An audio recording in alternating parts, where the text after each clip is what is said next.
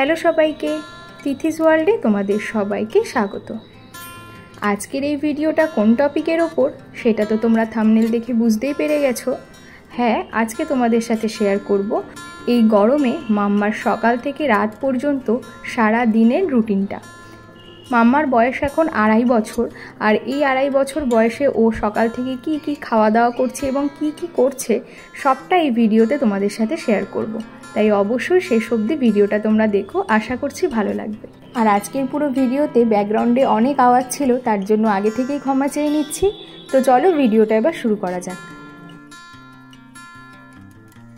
এখন বাজে সকাল ওই 7:30 মতন। এখন মাম্মা ঘুম থেকে উঠলো। যেহেতু এখন ভালোই গরম পড়ে গেছে, তাই মাম্মা একটু সকাল সকালই ঘুম থেকে উঠে যায়, নয়তো একটু বৃষ্টি হলে বা ঠান্ডা ঠান্ডা থাকলে পরে 8:30, 9টা কি 9:30ও এক একদিন বেজে যায়। তো আমরা ওকে জোর করে কখনো ঘুম থেকে তুলি না, ও নিজে যখন ওঠে তখনই ওঠে আর কি। কিন্তু আমরা তো রাতে ওপরের ঘরেই শুই, তো সকালে যখন নেমে আসি ওকে আর একা একা ওপরের ঘরে রাখি না, ও ঘুমিয়ে থাকে। ঘুমন্ত অবস্থাতেই ওকে নামিয়ে নিচের ঘরে শুইয়ে দিই। তো এখনও ঘুম থেকে উঠলো। ওঠার পরে প্রথমেই এই ব্রাশটা ওকে ধরিয়ে দিই, একটু ধুয়ে দিই, কোনো রকম পেস্ট দিই না, এখনও পর্যন্ত দিইনি আর কি। একটু বড় হলে ওকে পেস্টও দেবো। তো শুধু শুধু এই ব্রাশটাই ও মুখে নিয়ে চিবোতে থাকে। তারপরে আমি ভালো করে চোখ মুখটা ধুয়ে দিই, আর দাঁত আর জিভটাকেও ভালো করে পরিষ্কার করে দিই।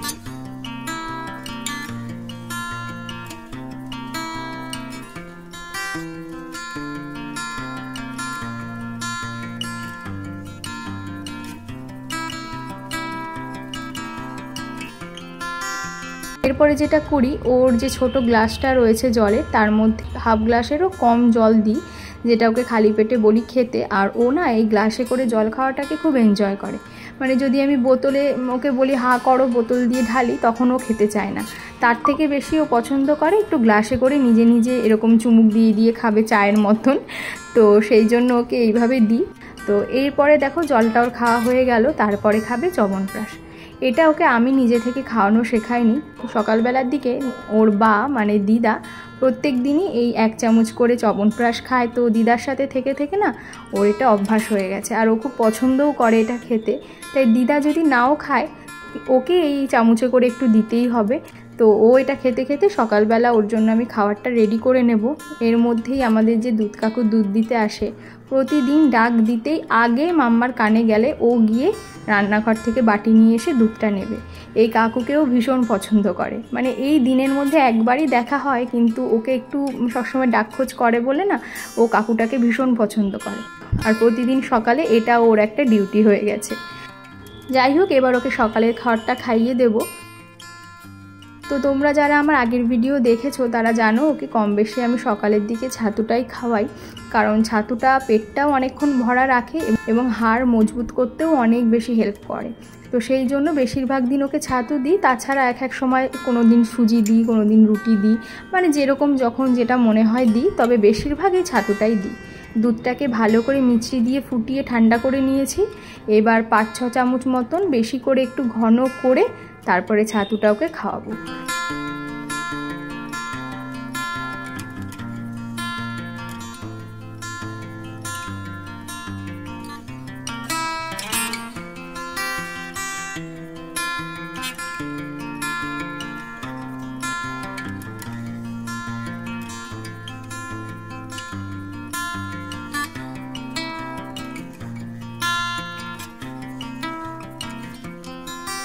আমাদের বাড়িতে যেহেতু ছোট সদস্য বলতে ও একাই, মানে ওর সমবয়সী বা ওর খেলার সঙ্গী সেরকমভাবে কেউ নেই। আমরা বাড়ির 5 জনই বড় বড় সদস্য। তো আমরা সারাদিনই ধরো সকাল থেকে সংসারে যে যার মতন কাজকর্ম নিয়ে ব্যস্ত থাকি ঠিকই, কিন্তু আমরা যতই সকাল থেকে কাজে ব্যস্ত থাকি না কেন, প্রত্যেকে ওকে সকাল থেকে অনেকটা সময় দেওয়ার চেষ্টা করি। মানে সারাদিনই ওকে সময় দিই। তবুও ও যেহেতু খুব ছোট, ওর বাচ্চার সঙ্গটা বেশি দরকার।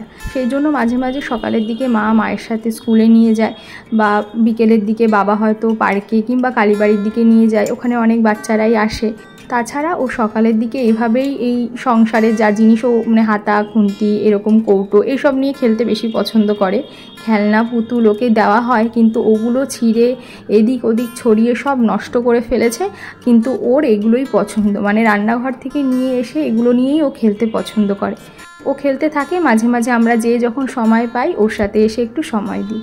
তো ওই দিকে খেলুক, ততক্ষণ দুপুরের জন্য ওর খাবারটা আমি রেডি করে নেব। আজকে ওকে আর মাছ দেবো না, ওর জন্য করছি ডিমের মামলেট দিয়ে ঝোল। সেই জন্য এখানে আমি গোলমরিচ, নুন, একটু পেঁয়াজ দিয়ে ভালো করে ডিমটাকে ভেজে নেব। এরপরে আলু আর গাজর দিয়ে আজকে এক বেলার মতন ঝোলটা করব, যেহেতু তাই অল্প করে আলু আর গাজর কেটে নিয়েছি, নুন হলুদ দিয়ে ভেজে নেব। আর একটা বাটিতে অল্প পরিমাণ মশলা, যেহেতু সেটাকে রেডি করে নিচ্ছি, নয়তো মানে অল্প মশলা না সেইভাবে কষানো যায় না, পুড়ে যায়। সেই জন্য একটা বাটির মধ্যে হাফ চামচেরও কম আদা বাটা নিয়েছি, তার সাথে নুন, হলুদ গুঁড়ো, জিরে গুঁড়ো আর গোলমরিচ গুঁড়ো দিয়েছি, দিয়ে জল দিয়ে গুলিয়ে নিয়েছি। এইবার আলু আর গাজরটা ভাজা হয়ে গেলে ওর মধ্যে পেঁয়াজ কুচি আর মশলাটা দিয়ে কষিয়ে নেব। ভালো করে ঝোলটা যখন ফুটে উঠবে, আলুগুলো সিদ্ধ হয়ে যাবে, তখন এর মধ্যে ডিমের মামলেট আর অল্প ধনেপাতা ছড়িয়ে দেবো। চাইলে তোমরা ঘিও দিতে পারো, তো ধনেপাতা দিয়েছি আর ঘি দেবো না। তো রেডি হয়ে গেল মাম্মার দুপুরে আজকে ডিমের ঝোল।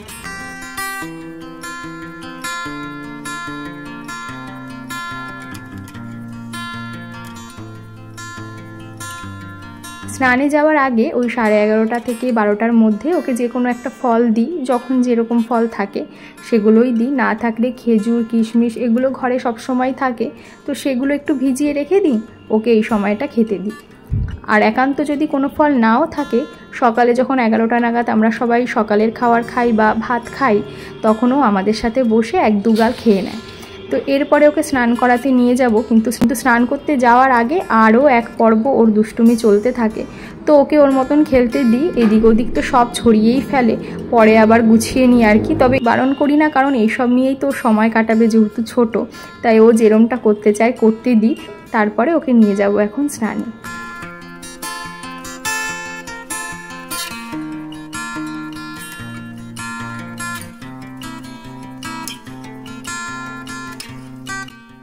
এখন যেহেতু গরম পড়ে গেছে, তাই মাম্মাকে স্নানের সময় আমি ওর স্নানের জলটাতে এই সুধল লিকুইডটা ইউজ করি।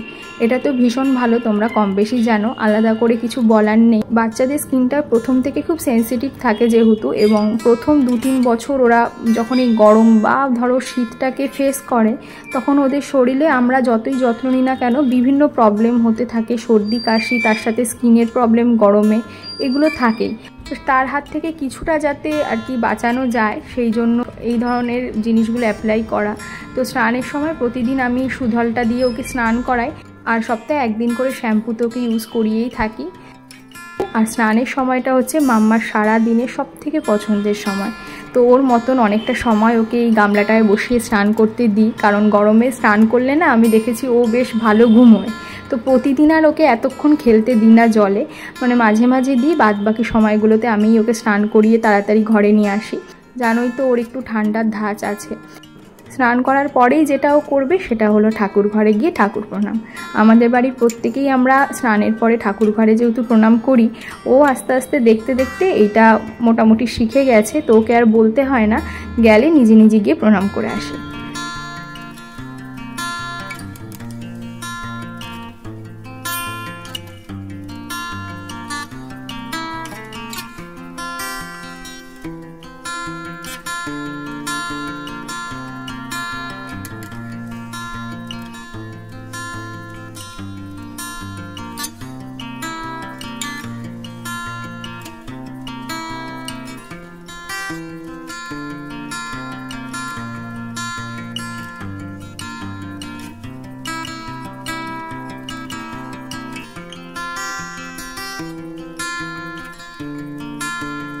এরপরে ওকে স্নান করিয়ে আগে কিছুটা জল খাইয়ে দিলাম, মাঝে আরও একবার ওকে জল দিয়েছি। যখনই মনে পড়ে নিজে জল খাই, তখনও ওকে একবার করে জলটা খাইয়ে দিই।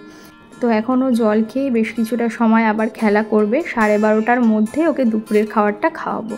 আর খেতেও সময় মোটামুটি 40 মিনিট তো লেগেই যায়, তো অনেকটা সময় চলে যায় ওইখানে। তো ওকে এখন খাইয়ে নেব।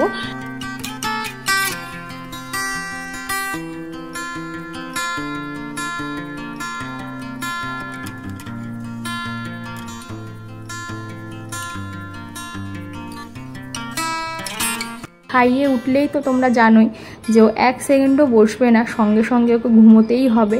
তাও ওর বাবার সাথে একটুখানি খেলা করছিল, তারপরেই শুরু হয়ে গেল বায়না, ওকে এখন ঘুম পাড়াতে হবে।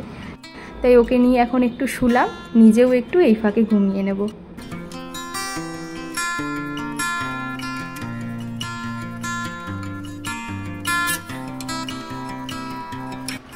এবারটা থাক, এখন পড়ে যাবে মা, পড়ে যাবে, এটা রেখে দাও, রেখে দাও।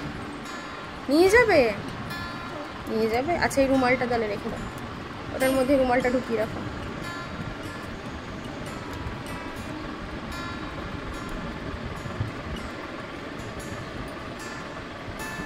চেনটা আটকে দাও, উল্টো হয়েছে দেখি, এদিক ঘুরে হাত ঢোকাও। কোথায় যাচ্ছ? নিশার বাড়ি। চলো টাটা বলো,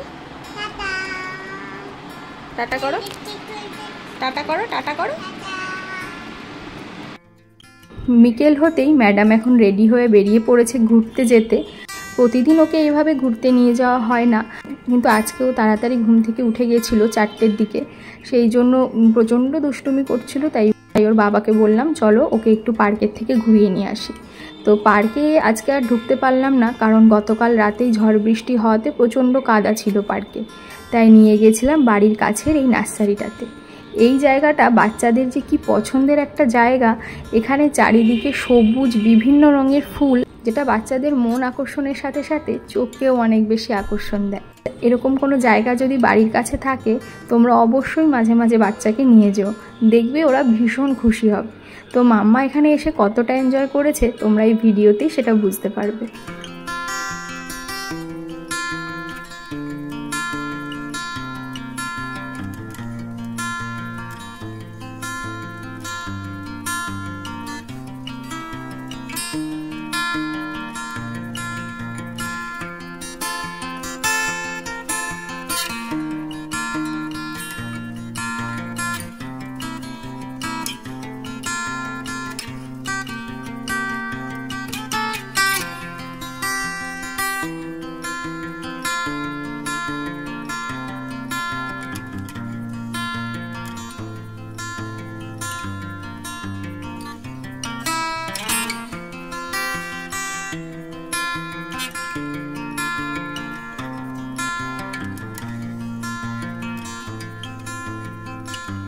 ঘোরাফেরার পরে এই বাইরে থেকে আমরা খেলাম ঘুগনি, আর তারপরে যাব বাড়িতে। রোজ তো আর মাম্মাকে নিয়ে এইভাবে বেরোনো হয় না, কিন্তু বাকি দিনগুলোতে ও বাড়িতেই ঘুম থেকে উঠে গেলে খেলে, কিংবা ছাদে নিয়ে কিছুক্ষণ ঘুরি, নয়তো নিচেও ঠাকুমা দাদু দিদা সবার সাথে খেলা করে আর কি। তো এখন সন্ধ্যাবেলা বাড়ি এসে ওকে আগে খাইয়ে দেব। আজকে ওকে খাওয়াবো দুধ আর কর্নফ্লেক্স, সেই জন্য দুধটাকে তো ফুটিয়ে নিয়েছি আগেই, এরপরে কর্নফ্লেক্স দিয়ে কিছুক্ষণ রাখবো, যখন একটু নরম হবে কর্নফ্লেক্সটা তখন ওকে খাওয়াবো। তো খাওয়াতে বসলেও ও অনেক রকম বায়না করে, ওর সাথে অনেক কথা বলতে লাগে, এটা ওটা গান করে শোনাতে লাগে। তো ফোনের অভ্যাসটা না করানোই সব থেকে ভালো। যতটা পারি ওকে ফোন না দেখানোরই চেষ্টা করি, বিশেষ করে খাওয়ার সময়টাতে চেষ্টা করি নিজে ওর সাথে অনেক বেশি কথা বলতে, এবং তার সাথে ওকেও অনেক কিছু বলতে বলি। তো এইভাবে ওকে খাওয়াই। এবং আরও একটা জিনিস যেটা বলবো, তোমরা বাচ্চাকে সবসময় চেষ্টা করবে ডাইনিং টেবিলে বসেই খাওয়াতে। একদম ছোট অবস্থায় তো সেটা সম্ভব না, কিন্তু যখন থেকে ধরো ওরা বসতে শেখে বা চেয়ারে ওঠা নামাটা শিখে যায়, মানে 2 বছরের পর থেকেই তোমরা চেষ্টা করো যে সব সময় বাচ্চাকে ডাইনিং টেবিলে বসেই খাওয়াতে। তো দিনের মধ্যে 3 বেলাই ওকে আমি ডাইনিং টেবিলেই খাওয়াই, শুধু সকালে যখন খাওয়াই তখন খাটে বসেই বেশিরভাগ খাওয়ানো হয়, আর এক দিন মন হলে পরে তখন টেবিলেই খাইয়ে দিই।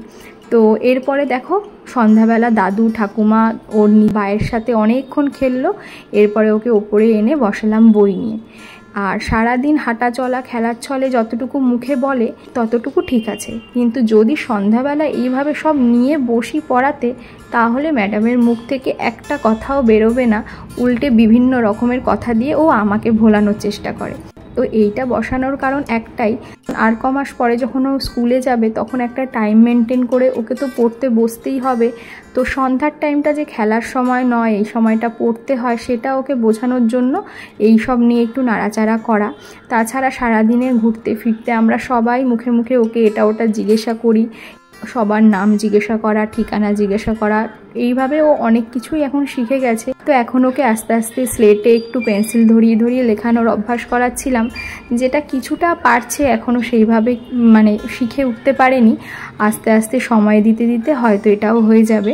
তো এই আর কি, সন্ধ্যা থেকে এই পর্ব চললো। এখন রাতের জন্য ওর খাবারটা রেডি করব।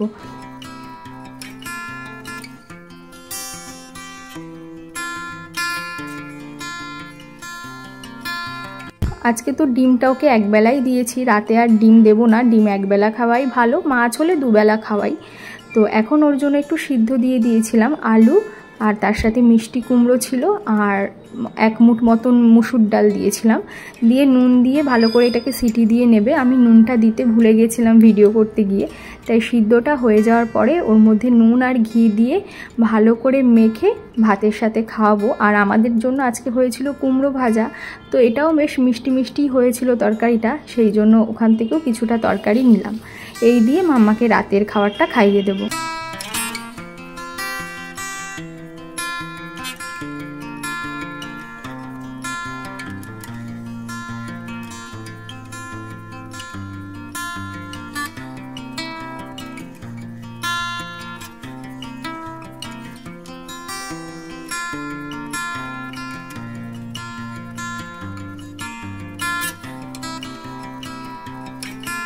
এখন বাজে 10:30 মতন, আমাদের খাওয়া দাওয়া হয়ে গেছে। তো রাত্রিবেলা কিন্তু খেয়ে দিয়ে দুপুরের মতন মাম্মা ঘুমিয়ে পড়ে না, ও আমাদের সাথে শোয় তারপরেই ঘুমোয়। তো এতক্ষণ তো খেলাধুলা করেছে, এখন বিছানায় তুলে আগে ভালো করে ভেজা একটা কাপড় দিয়ে চোখ, মুখ, হাত, গলা এগুলো সব ভালো করে মুছে দিই। এইবার ওকে জামা কাপড়টা চেঞ্জ করে দিয়ে ভালো করে পাউডার দিয়ে দিলাম, এবং তারপরে ওকে কিছুটা জল খেতে দিলাম। ওই যে বললাম ও গ্লাসে বেশি ভালো খায়, তবে উপরে তো ওর গ্লাসটা থাকে না, সেই জন্য গ্লাসের বদলে এই বড় বোতলের যে ঢাকনাটা সেটা একটু গ্লাসের মতন বড় বলে এটাতে খাবে। ওর দাদু দিদা এদের সাথে একটু ভিডিও কলিংয়ে ওর কথা প্রতিদিন বলতেই হবে, নয়তো ওর ভালো লাগে না, নয়তো উল্টো দিকের মানুষগুলোর ভালো লাগে না।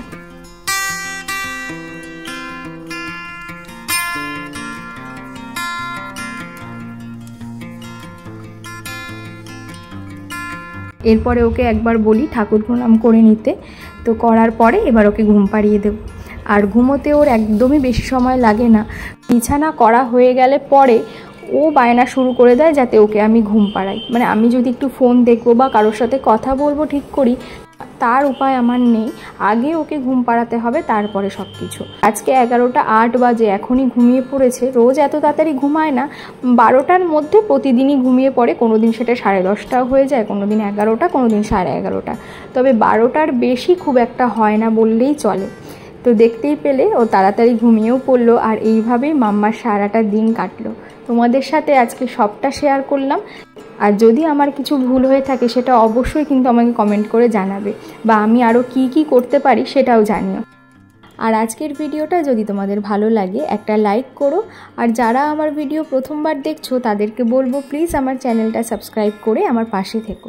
আবারও দেখা হবে খুব তাড়াতাড়ি নতুন ভিডিওতে। সবাই ভালো থেকো, সুস্থ থেকো। Thank you.